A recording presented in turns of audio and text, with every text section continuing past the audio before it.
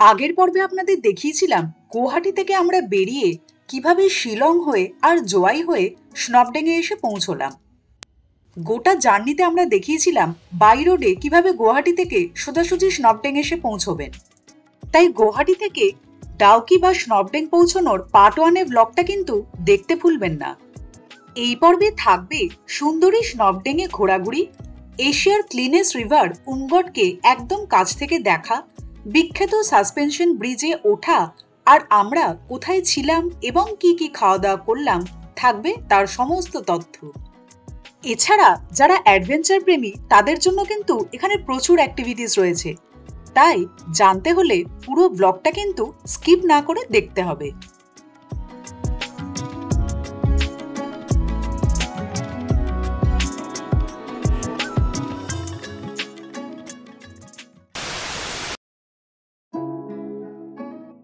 ডেস্টিনেশনে পৌঁছানোর পর টেন্টে ব্যাগপত্র রেখে আমরা খিদে মেটাতে চলে গেলাম।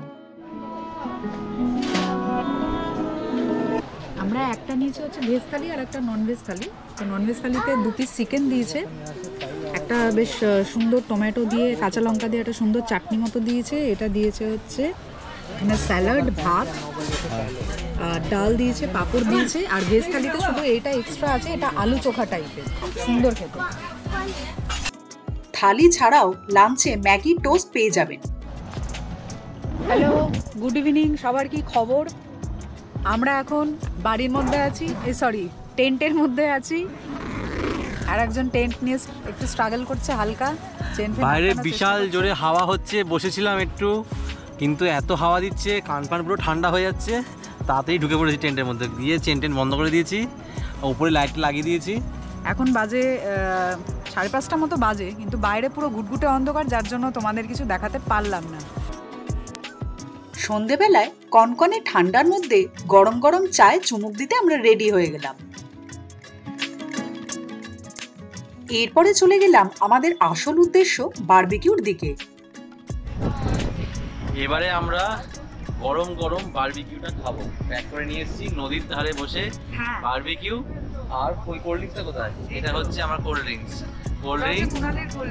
কিন্তু বারবিকিউটা কিন্তু আমার ভাগ আছে, ওটা আমরা দুজনে মিলে খাবো। তো বারবিকিউটা একটু তোমাদের দেখিয়ে দিই। এরকম ভাবে প্যাক করে দিয়েছে, আমরা নদীর ধারে এসে খাবো বলে আমরা এরকম ভাবে প্যাক করে নিয়ে এসেছি। সস দিয়েছে, স্যালাড দিয়েছে আর চিকেন দিয়েছে। এটা একটু ঢাকা দিয়ে দিলাম কারণ বিভৎস হাওয়া দিচ্ছে, প্রচন্ড হাওয়া দিচ্ছে। সেকেন্ডের মধ্যে ঠান্ডা, চা দুটো চা খেলাম আমরা, মানে সেকেন্ডের মধ্যে ঠান্ডা হয়ে গেল। শরবত খেলাম মনে হলো না। আর হচ্ছে আজকের হচ্ছে চাঁদটা উঠেছে, ফুল মুন, মানে মারাত্মক লাগছে। মানে সেটা ক্যামেরায় ধরা পড়ছে না, সেটা দেখাতে পারলাম না। দারুণ খেতে, খুব টেস্টি। এটার দাম হচ্ছে 4 পিসের দাম হচ্ছে 180 টাকা। আর যেহেতু প্যাক করে নিয়েছি তার জন্য 10 টাকা এক্সট্রা নিয়েছে। ঝড়ের মতো হাওয়া দিচ্ছে, একটু ওয়েট করলে পরেই ঠান্ডা জল হয়ে যাচ্ছে। এর সাথে আবার একটা টমেটো দিয়েছে।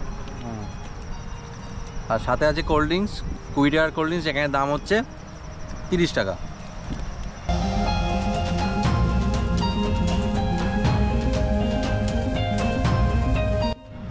আমাদের ডিনারটা ওরা এখানে টেন্টের মধ্যেই দিয়ে গেল, সেটা ননিতা ঢুকিয়ে দেবে। দাও, কী কী দিয়ে গেল? ওটা ওই সমেত বাঁধা আছে, দাও।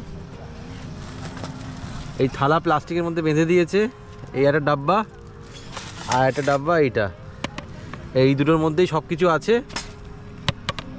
তুমিও চলে আসো, দেখাও কি কি আছে আমাদের আজকে মেনুতে। কি কি আছে তো এখনো অবধি রিভিল করা হয়ে ওঠেনি। এখানে রেখে দাও।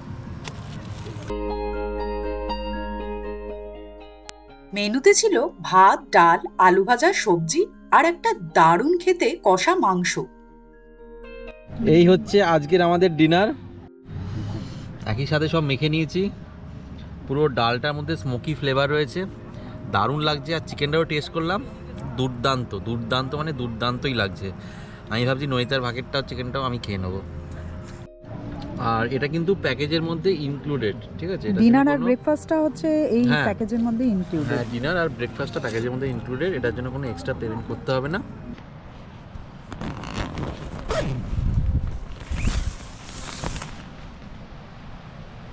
Hello, good morning.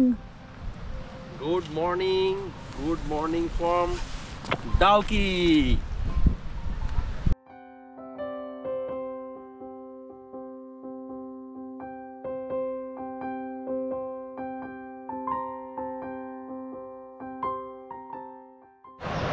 আর এই হচ্ছে আমাদের টেন্ট। নদীতে অলরেডি ভেতরে আছে। ভেতরটা কেমন একটু দেখিয়ে দাও।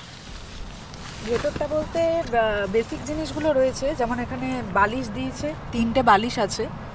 এখানে রয়েছে কম্বল, 2টো কম্বল, আর এই নিচে এরকম পাতা আছে। আর এই আমাদের সম্পত্তি, এই যে ট্রলি, জ্যাকেট, এইসব। সুন্দর, ভালো ব্যবস্থা, যেরকম টেন্টে হয়, নদীর ধারে, একদম দারুণ। বহু প্রতীক্ষার পরে স্নবডেঙে সেই সুন্দর সকাল এলো। আমরা এখন যাব হচ্ছে ওই ব্রিজটায়। ওখান থেকে ভিউটা ভীষণ সুন্দর আসে ওই ব্রিজটা থেকে। সবাই গেছে ওখানে, লোক। কুনাল অলরেডি এগোচ্ছে। চলো। কালকে দেখাতে পারিনি, এখানে এরমভাবে যেতে হবে, এই পাথরে পা রেখে, এই পাথরে পা রেখে এরম এরম করে যেতে হবে। যাব হচ্ছে ওই সিঁড়িটা দিয়ে উপরে উঠে ওই ব্রিজটায় যাব। এখন এতগুলো পাথর আমাদের ক্রস করতে হবে। ওই যে এগোচ্ছেন আর একজন, সাবধানে স্টেপ ফেলে ফেলে।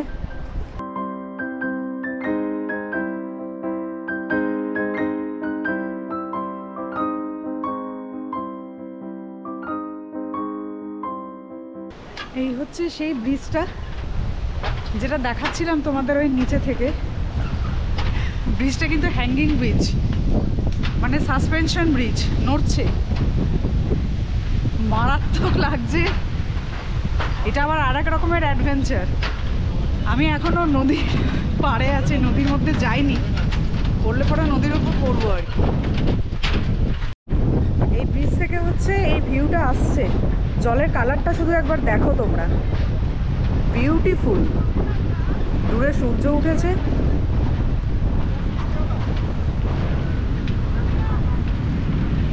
এই ব্রিজটা নড়ছে, বুঝতে পারছো?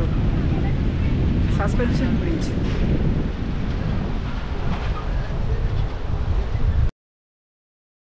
এখানে জলের এরম অদ্ভুত রং দেখে আমরা মোহিত হয়ে গেলাম।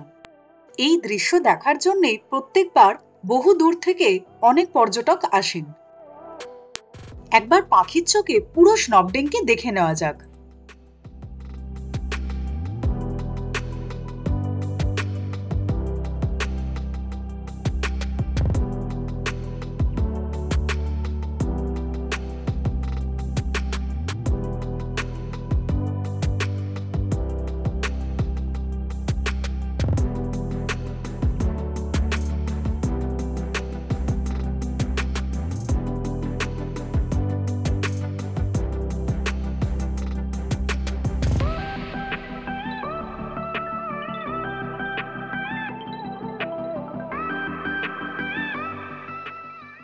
এখানকার লোকজন সকাল থেকেই তৎপর পুরো জায়গাটাকে ময়লা আবর্জনা মুক্ত করে সুন্দর করে রেখে দেওয়ার জন্য। এই জায়গাটা মানে সবসময় প্রচণ্ড পরিষ্কার থাকে, যার জন্য মানে, আর স্পেশালি যে উমগট রিভার, যেটা মানে খুব পপুলার হচ্ছে এই কারণে, পরিষ্কার রাখার জন্যেই কিন্তু এটা পপুলার। এটাকে পরিষ্কার রাখার দায়িত্ব আমাদের সবারই, ওদের একার না, ওরা এখানে লোকাল বলে। কাজেই আমার মতে আপনারা মজা করুন, সব কিছু করুন, কিন্তু পরিবেশকে নষ্ট না করি। এতটা সুন্দর, মানে এখান থেকে ছেড়ে যেতে একদমই মন চাইছে না। সবাইকে ঘুরতে এলে তো সেই জায়গাটা ছেড়ে আবার নিজের জায়গাতে ফিরতেই হয়, তাই তো? হ্যাঁ। কিন্তু আর একটা কথা, সেটা হচ্ছে যে তোমাদের এই যে আমরা ডাউকির ট্যুরটা করালাম, সেটা কেমন লাগলো সেটা তো আমাদেরকে জানাতে হবে। কমেন্ট বক্সে না জানালে আমরা বুঝতে পারবো না যে তোমাদের কেমন লেগেছে। আর তোমরা ভালো ভালো কমেন্ট দিলে আমরা একটু ইন্সপায়ার্ড হই, আর নতুন ব্লগ আনার, নতুন জায়গা এক্সপ্লোর করার জন্য আরও বেশি বেশি করে ইন্সপায়ার্ড হই। একদম। আর হচ্ছে যদি আপনারা যদি কেউ নতুন হন, তাহলে কিন্তু একটু আমাদের সাপোর্ট করবেন, পাশে থাকবেন, আর অবশ্যই সাবস্ক্রাইবটা করে দেবেন। হ্যাঁ, আর একটা ইম্পর্টেন্ট কথা, সেটা হচ্ছে যে ডাউকিতে থাকার জায়গা পাও না পাও, স্নপডেং এর যে আমরা যে এই জায়গাটা দেখালাম, হ্যাঁ, এই ক্যাম্পিংটা কিন্তু সব সময় খোলা থাকে। কিন্তু এই ডিসেম্বর জানুয়ারিতে কিন্তু মাস্ট ভিজিট, মানে আসলে পরে এটা মিস করো না, আগে থেকে বুক করে রেখে দেবে, কারণ এখানে প্রচন্ড ক্রাউড থাকে এই সময়টা, সবাই আসে ঘুরতে। স্নপডিং ডাউকি থেকে মাত্র 7 কিলোমিটার দূরে, তাই এই জায়গাটাকে ডাউকির আরেকটা পার্টও বলা চলে। যতই দেখছি এই ভালো লাগা যেন শেষ হচ্ছে না। এখানে kayaking, snorkelling, scuba diving, zip lining এর মতো বিভিন্ন রকম অ্যাডভেঞ্চার অ্যাক্টিভিটিস রয়েছে। গরম গরম ম্যাগি দিয়ে গেল। আমাদের আজকে লাস্ট ডে স্নপডেংয়ে, নদীর ধারে বসে রোদ পোয়াতে পোয়াতে এখন খাবো ভেজ ম্যাগি, বাঙালিদের ফেভারিট খাবার। ব্রেকফাস্ট সেরে ব্যাগ ট্যাগ গুছিয়ে স্নপডেংকে টাটা করে আবার আমরা বেরিয়ে পড়লাম।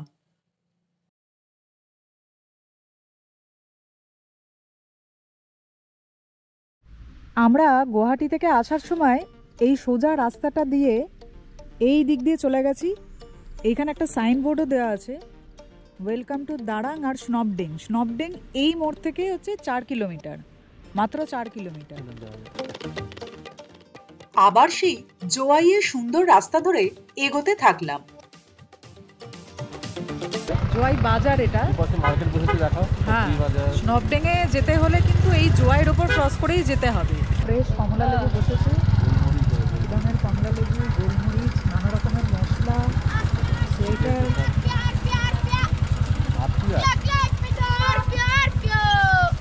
করে বলে দাও।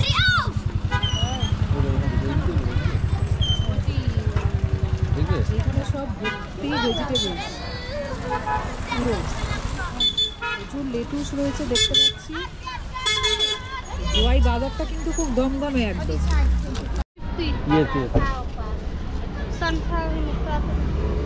কুনাল এখানে কমলা লেবু নিল, এখানে হচ্ছে 16 পিসের দাম হচ্ছে 100 টাকা, আমরা 8 পিস নিলাম 50 টাকা।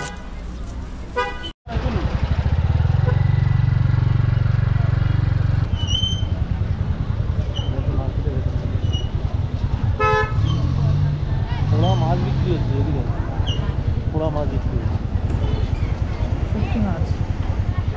কমলা লেবু ভর্তি চারিদিকে, সব শিলংয়ের কমলা লেবু এগুলো। স্নপডিং থেকে আমাদের প্রপার ডাউকি যাওয়ার কথা ছিল, কিন্তু রাস্তায় কিছু জ্যামের জন্য আমাদের সেই প্ল্যান চেঞ্জ করে সোজা শিলংয়ের দিকে এগোতে হলো। কিন্তু শিলং ঢোকার অনেক আগে থেকেই আমরা সেই অসম্ভব জ্যামের মুখে পড়ে গেলাম। ওপরেও জ্যাম, পুরো উপর থেকে পাহাড়ের উপর থেকে জ্যাম। পাহাড়ের ওপর থেকে জ্যাম, তাই তো? একদম 1 ঘন্টা ধরে জ্যাম কাটাতে কাটাতে আসছি।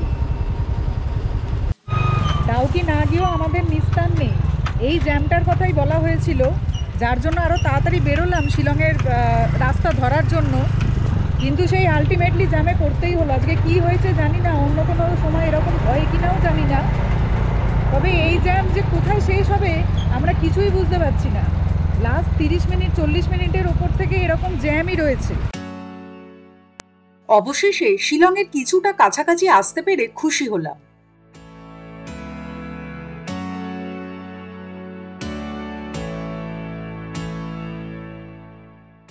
শিলং শুধু এর সিনিক বিউটির জন্যই বিখ্যাত না, বিখ্যাত এর অসম্ভব সুন্দর রাস্তার জন্য।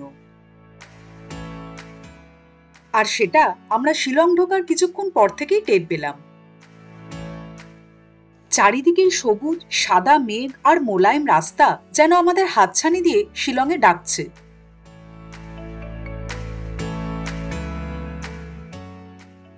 স্নপডেং যাওয়ার সময় কিন্তু আপনারা চাইলে শিলংয়ে হল্ট দিয়েও যেতে পারেন। একদিন শিলং ঘুরে পরের দিন ডাউকি বা স্নপডেং বেরিয়ে যান। হাতে সময় থাকলে গুয়াহাটি, শিলং, ডাউকি বা স্নপডেং এর সাথে চেরাপুঞ্জিও ঘুরে আসতে পারেন। অনেকে কিন্তু শিলং থেকে আজকাল স্নপডেং এর খুব কাছে মাউলিংনং গ্রামেও ঘুরতে চলে যান।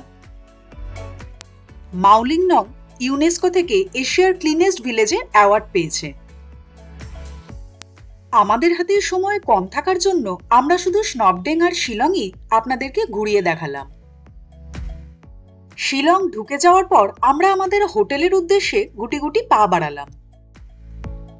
শিলংয়ে আমাদের পছন্দের হোটেল ছিল hotel dew drop inn. This is our room, ছোট্ট রুম, যেটার একটা কমন ব্যালকনি আছে ওপরে, সেটা পরে দেখাচ্ছি। টিভি আছে, চায়ের সমস্ত ইনস্ট্রুমেন্ট আছে, ওখানে আলমারি রয়েছে, বাথরুম,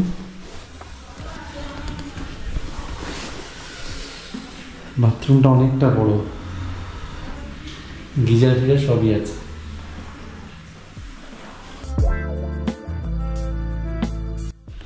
এই বাঁদিকে আমাদের এই রুম নাম্বার 1 দেওয়া ছিল, আর এটা একটা কমন প্লেস রয়েছে, এখানটা সবাই বসে চাটা বা আড্ডা মারার জন্য খুব ভালো একটা ক্রিসমাস ট্রি সাজিয়েছে। আর এটা হচ্ছে ডাইনিং স্পেস, এখানে খাবার খাওয়া হয়, এটাও খুব সুন্দরভাবে সাজানো। আর এদিকে বাঁদিকে আছে কিচেন, এখানে রান্না হয়। আর এখানে একটা কমন টেরেস আছে, সেটা আপনাদেরকে দেখাচ্ছি, দেখুন।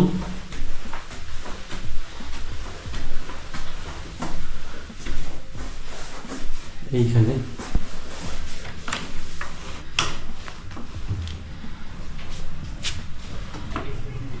এখানে টেবিল চেয়ার আছে, এখানে একটা চেয়ার রাখা আছে, প্রচুর গাছ, যেটা দার্জিলিং সিকিমে থাকে সেরকম।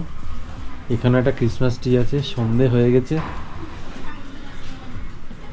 এখানে একটা টেবিল আছে, পিছনে হচ্ছে পাহাড়।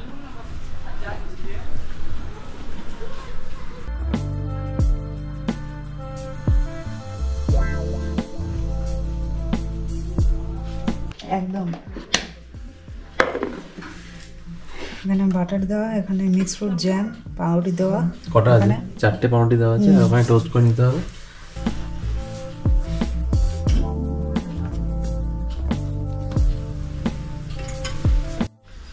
সান্ধ্য ভোজনে কি আছে দেখো?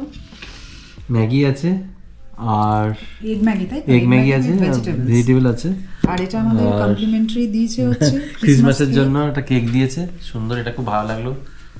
আর রুটিটা ওখানে এখানে রুটি মেক হচ্ছে, পাউরুটি অলরেডি টোস্ট হচ্ছে। একজন বসে পড়েছে, খুব খিদে পেয়েছে, সারাদিন গাড়ি চালিয়ে, সারাদিন কিছু সেরকম খাওয়া হয়নি। গরম গরম কেমন লাগছে? দারুণ করেছে এই ম্যাগিটা, দারুণ। রাতের মেনুতে ছিল জাডো, মেঘালয়ের বিখ্যাত খাবার। মেঘালয়াতে যা কথার অর্থ হচ্ছে ভাত, আর ডো কথার অর্থ মাংস, তাই দুটো একসাথে মিলিয়ে এই ডিশটা তৈরি করা হয়। ডিনার হয়ে গেছে, জাস্ট ডিনারটা করলাম।